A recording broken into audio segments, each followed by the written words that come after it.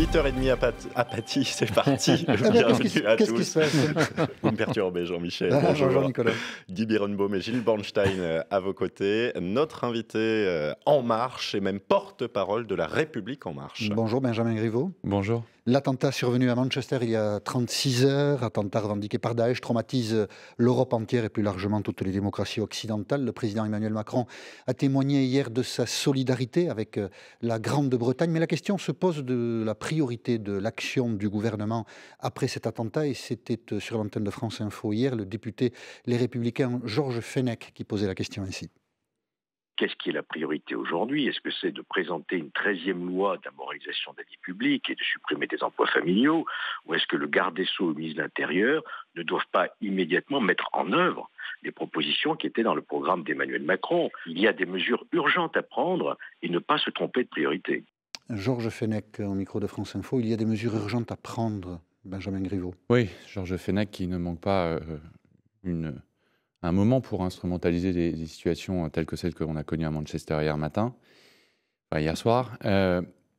Emmanuel Macron, dans le cadre de la campagne présidentielle, a développé un projet très précis sur à la fois le développement du renseignement territorial, sur le positionnement auprès du président de la République d'une force d'intervention spécifiquement dédiée à la lutte contre Daesh et à l'identification des radicalisés, et puis par la proposition qu'il a portée de police de sécurité quotidienne, formuler l'idée qu'il fallait remettre la police dans les quartiers, au plus près des populations, et que, notamment, dans les cadres de ces nouvelles missions de cette police, il y aurait aussi des éléments d'identification. Donc tout cela se fait rapidement. Ce n'est pas parce qu'on travaille à un projet de loi sur la moralisation de la vie publique, ce que fait le garde des Sceaux, que le ministre de l'Intérieur n'est pas absolument concentré sur ce sujet-là, tout comme l'est la ministre des Armées. Il y a des mesures législatives à prendre, il y a des mesures qui demandent un temps de préparation assez long à prendre dans les quelques mesures que vous avez évoquées, Benjamin Griveaux. Il n'aura pas échappé à Georges Fenech qu'il y a des élections législatives qui se tiennent dans quelques semaines.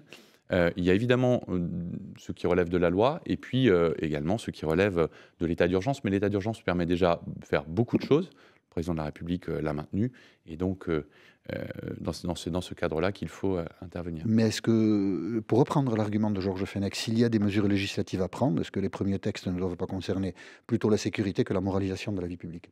Écoutez, moi je ne crois pas forcément que les textes suffisent à régler les questions liées au terrorisme. Je ne sais pas quelles sont les propositions législatives faites par Georges Fenech. On a déjà beaucoup armé notre arsenal législatif. Il y a des propositions qui ont été faites par le président de la République dans le cadre de la campagne, et notamment cette force d'intervention auprès de lui. C'est sans doute cela qu'il faut faire. C'est une force d'intervention, c'est un état-major auprès de lui, mais pas un état-major auprès de lui. C'est pas une force dédiée. Non, mais qui est c'est l'état-major qui est dédié à l'action antiterroriste. Exactement. C'est ça. Alors, il y a 2 ans, à l'occasion des attentats qui s'étaient produits en France, Emmanuel Macron évoquait la part de responsabilité de la société française dans la dérive des terroristes et il l'a redit lors du débat entre les 2 tours face à Marine Le Pen. Je vous propose de l'écouter. Quand des jeunes Français ou des jeunes Françaises qui sont nés en France, qui ont grandi en France, qui ont été élevés dans notre pays, suivent des fanatiques et détruisent nos propres enfants. On doit s'interroger. Et j'ai dit, nous avons notre part de responsabilité. Alors, avant-hier, c'était un jeune Anglais né en Angleterre, élevé en Angleterre. Donc, à Manchester, c'est exactement la même situation. Est-ce que nos sociétés, anglaises ou françaises, ont leur part de responsabilité dans ces attentats terroristes ? Ce que dit le président de la République. Bien sûr, et ce qu'il a dit d'ailleurs dès le mois de décembre 2015, dans le cadre du débat sur la déchéance de nationalité qui a agité le Congrès de cette fin d'année 2015 et suite aux attentats du Bataclan. Il y a évidemment un côté multifactoriel à des comportements tels que ceux qu'on a pu observer en France, mais avant-hier en Grande-Bretagne et dans d'autres pays européens. À savoir que dans nos sociétés occidentales, il y a manifestement un sujet lié au sentiment d'appartenance à la communauté nationale. C'est le cas en France. Et on le sent, mais pas uniquement de la part de populations dites d'origine étrangère ou de jeunes issus de la 2e ou 3e génération d'immigration. Puisqu'on a des gens, comme on dit, avec des patronymes bien français, en tout cas traditionnellement français, qui aujourd'hui cèdent aux sirènes du fondamentalisme, s'engagent, partent en Syrie et ont un engagement très, très fort. Parce qu'il y a un sujet d'abord de sentiment d'appartenance à la communauté nationale qui est cassé quand on habite dans certains quartiers, quand vous avez des taux de chômage de plus de 50% dans certains quartiers, parce que la promesse de la République n'a pas été tenue, qui est une promesse d'émancipation, et où finalement on a l'impression d'être face à une République des initiés, où seuls ceux qui ont les réseaux, seuls ceux qui bénéficient d'un capital familial, d'un capital social, d'un capital tout court, eh bien, ont accès à la promesse républicaine de l'émancipation, à l'élévation dans la société, à l'ascenseur social qui est cassé, etc. Ce ne sont pas les seules raisons à cela. Parce qu'il y a aussi, je crois, de manière plus profonde, un sentiment de perte de sens et de signification. Et il faut reconnaître que c'est d'une efficacité redoutable ce que met en place Daesh dans les démocraties occidentales pour cette jeunesse un peu perdue, en perte de repères, en proposant une idéologie extrêmement structurée et avec un espèce d'horizon un peu fanatique et fantasmé pour ces gamins des quartiers. Nous avons notre part de responsabilité dans ce qui arrive. Je soutiens absolument ce qu'a dit et ce qu'a formulé le président de la République. À l'époque, ça avait choqué. Oui, ça avait choqué notamment le Premier ministre Manuel Valls. Oui, ça avait choqué le Premier ministre Manuel Valls. Un débat de cette nature n'avait pas sa place. Considérer qu'il n'y a aucune part de responsabilité, c'est considérer donc que la République ne peut rien y faire, à part mettre des barrières qui n'empêcheront pas ces gamins de la République de partir en Syrie et d'y revenir, et donc ne pas combattre les causes profonde de ce mal, qui est français mais qui est européen, eh bien c'est, je crois, passer à côté du sujet. Est-ce que cette piste sociologique n'empêche pas aussi d'aller directement sur la question du terrorisme islamiste en tant que tel? En rien. Mais combattre le terrorisme, combattre les conséquences, ça ne veut pas dire qu'il faut abandonner les causes, mais ça n'empêche en rien de combattre les conséquences sur les théâtres d'opération au plus près des sources de terrorisme, dans les foyers terroristes et donc à l'extérieur de nos frontières. Le président de la République était au Mali pour saluer l'opération Barkhane en fin de semaine dernière. Il s'est rendu dans le cadre de la campagne en Jordanie et au Liban, et donc il n'y a aucun début de commencement de sympathie à l'égard de ces mouvements, mais il faut les combattre sur les terrains. Bien sûr, il faut les combattre sur le terrain. Il faut être extrêmement ferme dans la réponse militaire, dans la réponse policière, et puis sur la restructuration de notre renseignement, mais en même temps, ne pas combattre les causes profondes de ce mal, eh bien, c'est passer à côté du sujet. En quelques secondes pour clore le sujet, l'état d'urgence, jusqu'à quand ? L'état d'urgence, ça dépend du président de la République et des renseignements qui sont à sa disposition. Tant que les renseignements dont il dispose montrent qu'il y a un niveau d'alerte important, il est nécessaire de maintenir l'état d'urgence, qui permet évidemment d'avoir une action plus volontaire et plus efficace contre certaines menaces. On l'a vu, certaines opérations ont été démantelées encore dans les semaines et les mois qui viennent de s'écouler. On va faire un point sur l'info et sur cet attentat justement de Manchester de lundi soir avec Victor Maté, 8h41. Des milliers de personnes réunies hier soir près de l'hôtel de ville de Manchester, hommage aux victimes de l'attentat du concert d'Ariana Grande, 22 morts et une soixantaine de blessés lundi soir. Le kamikaze a été identifié, il s'agit d'un étudiant britannique de 22 ans originaire de Libye. Face à cette menace terroriste, la Grande-Bretagne relève son niveau d'alerte. Des militaires vont en plus être déployés aux côtés de la police. Mesures de sécurité renforcées aussi en France dans les grandes salles de spectacle et les enceintes sportives.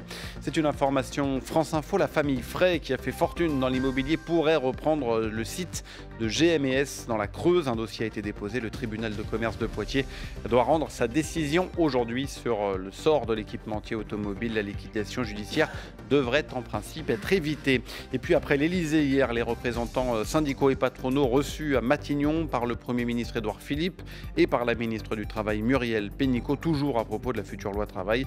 Une majorité de personnes interrogées ne souhaitent pas voir être adoptée en force. C'est une enquête au Doxa pour France Info. France Info. Et cette actualité sociale, on va en parler avec Benjamin Griveaux, porte-parole de La République En Marche. Question de Gilles Bornstein. Oui, hier, le président de la République a donc reçu tous les partenaires sociaux, syndicalistes du marché du travail le matin et le MEDEF l'après-midi. On avait compris que la réforme allait vite, très vite, mais Philippe Martinez a eu manifestement une autre impression à la sortie de son rendez-vous avec le président de la République. Le calendrier a l'air d'avoir bougé. J'ai cru comprendre que l'agenda rapide qui était prévu n'est pas aussi rapide que ce que j'avais pu comprendre. Voilà. L'échéance de fin août ou du 1er septembre ont l'air plus floues. Alors, Benjamin Griveaux, l'échéance, c'est quoi? C'est quand? C'est comment? Quelles sont vos informations? L'échéance, c'est au Premier ministre de la fixer. Il recevra les partenaires sociaux avec la ministre du Travail dès aujourd'hui. C'est la fin de l'été. La fin de l'été, c'est officiellement le 21 septembre. C'est dans cet horizon du fin de l'été, du début de l'automne, que devront se conclure ces discussions. Mais un mois de ce plus, que je retiens, Philippe, à ceux qui nous disaient que la procédure était accélérée, à ceux qui disaient qu'il n'y avait pas de discussion avec les partenaires sociaux, à ceux qui nous disaient que le Parlement serait bâillonné. Et voilà, la meilleure réponse, c'est que les discussions se tiennent, que manifestement, même M. Martinez reconnaît que finalement, les discussions vont pouvoir se tenir dans des délais... Il reconnaît qu'il y a un flottement, il a plutôt reconnu un flottement. Non, ce n'est pas un flottement, à nouveau. Le Premier ministre fixera le calendrier. Il commence à recevoir les partenaires sociaux. Ce matin, c'est à lui, à la ministre du Travail, de fixer le calendrier. Si Philippe Martinez a eu ce sentiment à la sortie de son dialogue avec le président, c'est que le président ne lui a pas donné un calendrier très précis. J'ai cru comprendre que d'autres n'avaient pas eu ce sentiment-là à la sortie du même rendez-vous. Bon. Donc, vous savez, ce calendrier sera fixé par le Premier ministre, mais l'idée, c'est évidemment de pouvoir avoir à l'automne avancé suffisamment sur cette question, sachant qu'il y a une loi d'habilitation d'abord, puis une loi de ratification des ordonnances. Donc il y a deux passages au Parlement, je le rappelle, sur cette question des ordonnances. Mais la loi d'habilitation, excusez-moi, elle peut être assez floue, c'est général. Voilà. La loi d'habilitation, ce n'est pas la garantie que le Parlement regarde le projet sur le fond. Alors après, la loi de... Mais il peut décider de ne pas habiliter le gouvernement à faire. Il peut décider, oui, mais ça, c'est pas... Enfin, je ne sais pas trop ce que sera la loi d'habilitation elle-même. Vous pensez, parce qu'il n'y a pas de raison que l'hostilité des syndicats qui existait à la loi El Khomri disparaisse par magie, vous pensez que le vote qui a été celui du 7 mai fait que toutes les oppositions doivent disparaître, et puisque le président de la République a eu un mandat, après tout, il a expliqué son projet, enfin, si on veut, parce que c'est un peu flou, mais enfin bon... Après tout, il a expliqué son projet, donc tout le monde doit y acquiescer. C'est un projet beaucoup moins flou que celui de tous les autres, parce que si aujourd'hui on m'arrive à m'expliquer ce qu'est le projet du PS ou des Républicains, j'en serais très heureux. Mais si on arrive à me dire moins que depuis le 2 mars, du travail, très simplement, le sujet sur les ordonnances, ça concerne les accords d'entreprise, la réforme des prud'hommes, le droit à l'erreur, le référendum d'entreprise à l'initiative de l'employeur. Les accords d'entreprise dans tous les domaines. Donc vous voyez que sur ces sujets-là, il y a un ordre public social qui est fixé dans la loi. Donc si vous voulez, moi j'entends que cette petite musique qui est depuis quelques mois a fait jour dans la campagne, qui manifestement n'a pas su en tout cas convaincre les électeurs sur le flou, n'est pas exact. Le projet, il est connu depuis le 2 mars, et la grande différence avec tous les autres, c'est que nous, on n'a pas un nouveau projet, parce qu'après les présidentielles, on a changé de projet. Ce qui est le cas de tous les autres candidats et de tous les autres plateformes législatives des grands partis, en tout cas de ce qu'il en reste. Ça, c'est la première chose. Et donc, le mandat a été donné au président de la République, et puis il y a un mandat qui va être donné au Parlement d'ici quelques semaines. Et donc, c'est aussi de la force du mandat qui sera donné par le peuple français à cette future majorité parlementaire que naîtra la légitimité de procéder sur ce sujet-là, mais également sur le reste. Et j'aimerais qu'on ait quand même aussi en tête que on met l'accent, là, aujourd'hui, on met les projecteurs sur ce sujet-là des ordonnances et de la réforme du droit du travail, mais que cette réforme du droit du travail, elle s'accompagne d'autre chose qui est très important, qui arrivera vraisemblablement d'ici la fin de l'année, qui est la réforme de l'assurance chômage. Vous savez, c'est le fameux en même temps tant moqué d'Emmanuel Macron, c'est le libérer, et ça, c'est la question des ordonnances, mais c'est aussi en face le protéger, parce que quand on met une liberté, on met une protection. Et la protection, c'est l'assurance chômage pour tous, et c'est le changement de paradigme de notre modèle social sur cette question de l'assurance chômage. Alors restons sur cette réforme du droit du travail. Philippe Martinez, hier, à la sortie de l'Élysée, disait on ne peut pas barémiser, rendre les indemnités pareilles pour tout le monde. Il faut tenir compte des circonstances différentes. Vouloir barémiser les licenciements, c'est faire des salariés des produits de supermarché. C'est un scandale. Peut-on donner les mêmes indemnités à tout le monde ? Écoutez, à nouveau, ça fait l'objet de la discussion qui va s'engager aujourd'hui avec le Premier ministre. Mon sentiment... C'est pas certain, la barémisation, c'est pas certain. Mais non, si vous ouvrez des discussions, il faut avoir de quoi discuter. Absolument. Bon, donc ça commence ce matin. Donc si vous permettez, je laisserai le Premier ministre et la ministre du Travail engager cette discussion avec les partenaires sociaux et voir dans quelle direction nous allons nous engager. En revanche, l'idée d'avoir un plancher et un plafond pour les indemnités au prud'homme était le projet porté par Emmanuel Macron. Qui plaît au MEDEF. Nous y restons. Pour l'instant, d'après tous les calculs, le plancher il est inférieur à ce qui est attribué par un juge à un salarié qui va devant les prud'hommes. Ça fait partie de la discussion, et donc laissons les discussions se faire. Monsieur Griveaux, quand le porte-parole du gouvernement, monsieur Castaner, dit on ne peut pas bloquer le pays, est-ce que c'est une bonne manière de démarrer les discussions ? En tout cas, le pays aura une expression démocratique. Il en a eu une première le 23 avril et le 7 mai, il en aura une seconde les 11 et 18 juin. Et donc, face à la légitimité démocratique d'un vote, et c'est sans doute ce qui manquait à la loi El Khomri, il y avait une faiblesse de légitimité politique du président de la République à apporter une réforme un an avant l'élection présidentielle, dans un moment où il était objectivement politiquement affaibli, et on sortait d'une séquence sur la déchéance qui était compliquée, où par ailleurs les consultations avaient été faites de manière extrêmement rapide, et avec une situation de la majorité avec des frondeurs qui n'aidaient pas à avoir un débat apaisé. Que c'est pas si simple d'opposer le vote à ce qui peut éventuellement se passer dans la rue. La légitimité peut parfois aussi, c'est arrivé à d'autres gouvernements avant celui que vous défendez, de trouver de l'opposition dans la rue qui soit parfaitement légitime. Mais savez-vous pourquoi? Parce qu'il n'avait pas dit avant ce qu'il ferait après. Pas toujours. Tout est sur la table. Pas toujours. Pourquoi est-ce qu'on prend souvent l'exemple de 95? Oui. Bon, l'exemple de 95. Jacques Chirac fait campagne sur la fracture sociale et on fait 6 mois plus tard une politique absolument opposée à ce qui a été dit. Les Français, ils sont en cohérence avec pourquoi ils votent, le projet qu'ils ont décidé de soutenir dans le cadre des élections présidentielles et demain dans le cadre des élections législatives. Et ça, les partenaires sociaux, ils seront sensibles, j'en suis certain. Ils sont aussi à l'écoute des salariés qui sont des citoyens. On verra la sensibilité des partenaires sociaux. On a appris hier que le compte pénibilité, il y avait un moratoire suspendu. Il va disparaître, ce compte pénibilité? Non, il y a un sujet de négociation par les partenaires sociaux et avec les partenaires sociaux sur ce compte pénibilité. Avec les partenaires sociaux sans doute faut... Mais oui, parce que... C'est le MEDEF qui n'était pas content, les autres étaient plutôt contents. Hein. Oui, mais sans doute faut-il remettre... Je suis pas un peu à droite sur cette réforme. Sans doute faut-il remettre... Vous savez, moi je ne suis plus dans la géographie gauche-droite, donc je vous laisserai apprécier cette nouvelle géographie. Ouais. Alors, mais moi, en tout cas, je ne rangerai plus dans ces cases-là.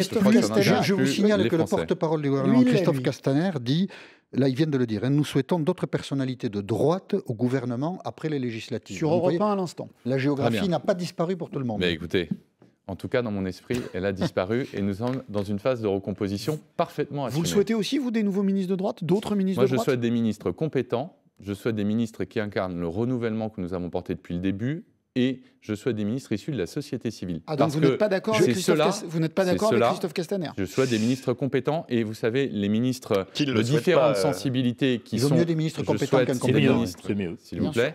Je souhaite des ministres, non pas... ma question n'est pas de savoir d'où ils viennent, ma question c'est de savoir où ils veulent aller ensemble. Je m'intéresse assez peu au passif, ce qui m'intéresse, c'est l'avenir. Laurent Wauquiez, hier, en meeting à Jonnage, dans le Rhône, a dit ceci de Bruno Le Maire, et quand il était candidat à la primaire de la droite, Bruno Le Maire voulait faire baisser la CSG de 22 milliards. Maintenant qu'il est au gouvernement, il est prêt à l'augmenter de 21 milliards. On sait combien coûte la vanité d'un homme qui voulait devenir ministre.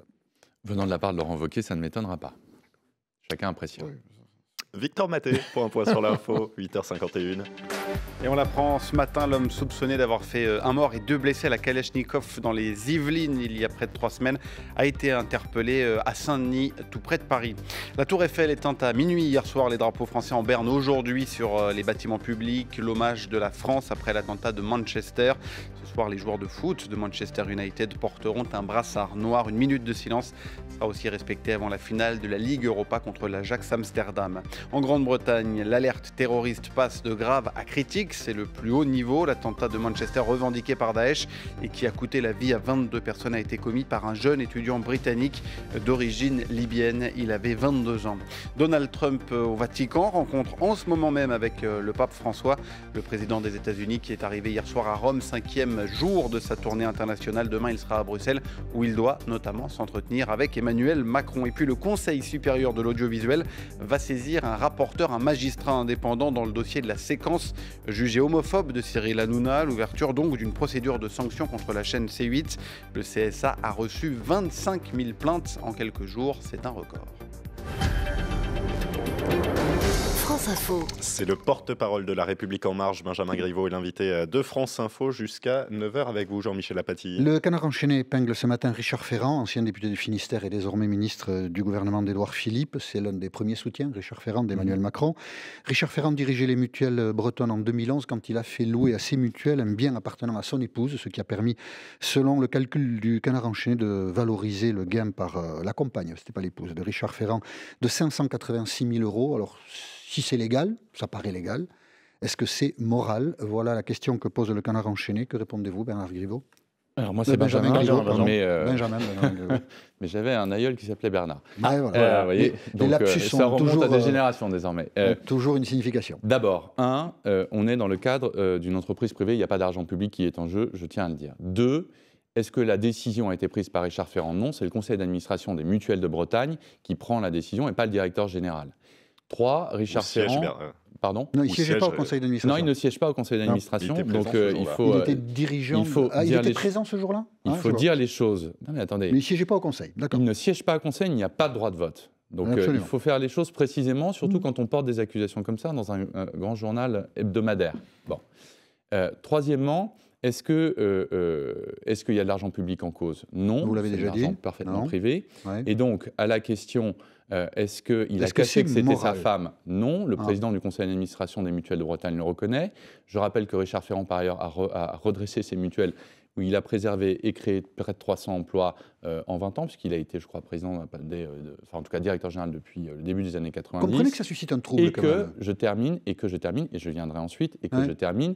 Le bail a été signé en 2011, qui pouvait dénoncer dès 2014 que Richard Ferrand n'était plus directeur général des Mutuelles de Bretagne, puisqu'il était parlementaire en 2012, et que la direction des Mutuelles de Bretagne a considéré que c'était une bonne affaire, puisque, de mémoire, le prix loué est autour de 9 € le mètre carré, quand le prix du marché est entre 10 à 15 € le mètre carré. Mais les mutuelles, c'est une certaine éthique, une certaine démarche. Alors faire louer à la mutuelle quelque chose qui appartient à sa compagne, ça peut quand même susciter le trouble, le sentiment. Écoutez, je comprends que dans la période que nous venons de vivre et où les affaires ont été multipliées, ça provoque un trouble. Les faits étaient connus, c'est public.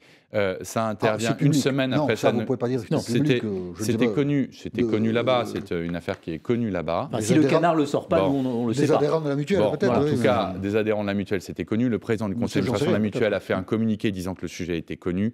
Très franchement, une semaine après la nomination au gouvernement, je vois bien. Il y a un cabinet noir ? Il y a un cabinet noir quelque part qui travaille? J'ai dit qu'il n'y avait pas de cabinet noir pour la campagne. J'ai l'habitude d'être cohérent et de dire qu'il n'y a pas de cabinet noir. Manifestement, il y a un corbeau puisque c'est une lettre de délation sur laquelle repose le papier. Et quelles conséquences faut-il en tirer? Parce que là, ça tombe mal. D'ailleurs, je ne vais pas vous opposer toute la journée à lui, mais Christophe Castaner vient de dire ça. Ça tombe mal, ça crée de la suspicion. Vous présentez une loi de moralisation de la vie publique, donc on se dit, tiens, ça tombe quand même... Et la moralisation de la vie publique concerne l'argent public, à nouveau, là c'était de l'argent privé, dans le cadre de fonctions privées. Donc ça n'a rien à voir. Est-ce qu'Emmanuel Macron doit profiter du remaniement qui aura lieu après les élections législatives pour demander à Richard Ferrand de prendre un peu d'écart et de distance? À nouveau, de quoi parle-t-on? C'est de l'argent privé dans le cadre d'une activité privée, ça n'est pas de l'argent public. La vie n'est pas aussi binaire, il se pose parfois des questions d'ordre moral. Oui. Dont la réponse juridique n'épuise pas toutes les questions. Soit vous voulez des gens qui viennent et qui ont eu une expérience dans le domaine privé, dans le secteur privé, qui ont exercé pendant près de 25 ans dans le secteur privé, et vous pouvez leur faire tous les procès que vous voulez sur leurs 25 années, et donc vous n'aurez jamais ni de députés, ni de ministres qui viennent du secteur privé, soit vous avez, des procédures très simples qui consistent aujourd'hui à dire il y a ce qui a été mis en place dans le cadre de la Haute Autorité pour la transparence de la République, il y a les engagements qu'on veut mettre et les nouvelles mesures qui seront dans le projet de loi sur la moralisation de la République. Et puis nous, au sein de la République En Marche, on a même, dès le mois d'avril 2016, donc on n'a pas attendu les affaires, on a des engagements très précis de nos candidats aux législatives sur l'absence de peine d'inéligibilité par le passé, sur l'absence d'inscription au casier judiciaire B2, sur la non-embauche de collaborateurs ou de proches dans leur futur mandat, qu'il soit local ou national, régional ou européen. Donc si vous voulez, là-dessus, vous fixez les règles et ensuite, vous les respectez. Mais là, quelles règles a-t-il enfreint Richard Ferrand au regard de la loi? Aucune. Aucune. Et c'est dans le cadre d'activités privées à nouveau. Est-ce que la légalité épuise toutes les questions? C'était ce que vous faisiez remarquer Gilles Bronstein, qui a peut-être une question sur autre chose. Oui, je voulais vous parler des rapports d'Emmanuel Macron et du nouveau pouvoir avec la presse, qui sont un peu compliqués. Alors, on a cru comprendre que quand on critiquait Emmanuel Macron, on était traité de débile mental. Est-ce qu'on a le droit de critiquer l'action du gouvernement et du président de la République sans être forcément insulté? Alors, par définition, oui, et c'est même le rôle de la presse, et je crois que vous ne vous en privez pas, et donc c'est formidable. On est pour une presse libre, une presse d'opinion qui fait la fierté de notre pays, contrairement à d'autres endroits du monde, et donc moi je me réjouis que la presse puisse faire parfaitement librement son travail. Une presse d'information avant d'opinion. Hein. Oui, mais il y a aussi une presse d'opinion. Oui, ça c'est autre chose, mais c'était pas nous. C'est pas nous. Je suis bien d'accord, ce n'est pas à vous que je m'adresse, mais à travers ce micro, à l'ensemble des différents médias. Je préfère le dire, mais comme je m'exprime dans votre micro, je crois que je parle au-delà des seuls murs de France Info. Et donc, Et donc, on a le droit, oui, d'être... Et donc, par définition, on a le droit. Enfin, c'est une fausse question. C'est gentil de nous l'accorder. Une dernière question, il paraît que vous voulez être maire de Paris en 2020, c'est vrai? Oui, alors ça, ce sont les rumeurs. Vous voyez comme quoi la presse parfois se fait état. La presse se fait état. Écoutez, vous y pensez en vous rasant? Écoutez, je ne suis pas parlementaire. Je suis engagé dans une campagne dans 2 semaines et demie où on a les élections législatives. Vous voyez, c'est vraiment un non-sujet et je dément parfaitement cette information. Vous démentez. Merci Benjamin Griveaux d'avoir accepté l'invitation de France Info. Porte-parole de La République En Marche. L'info continue sur France Info, bientôt 9h.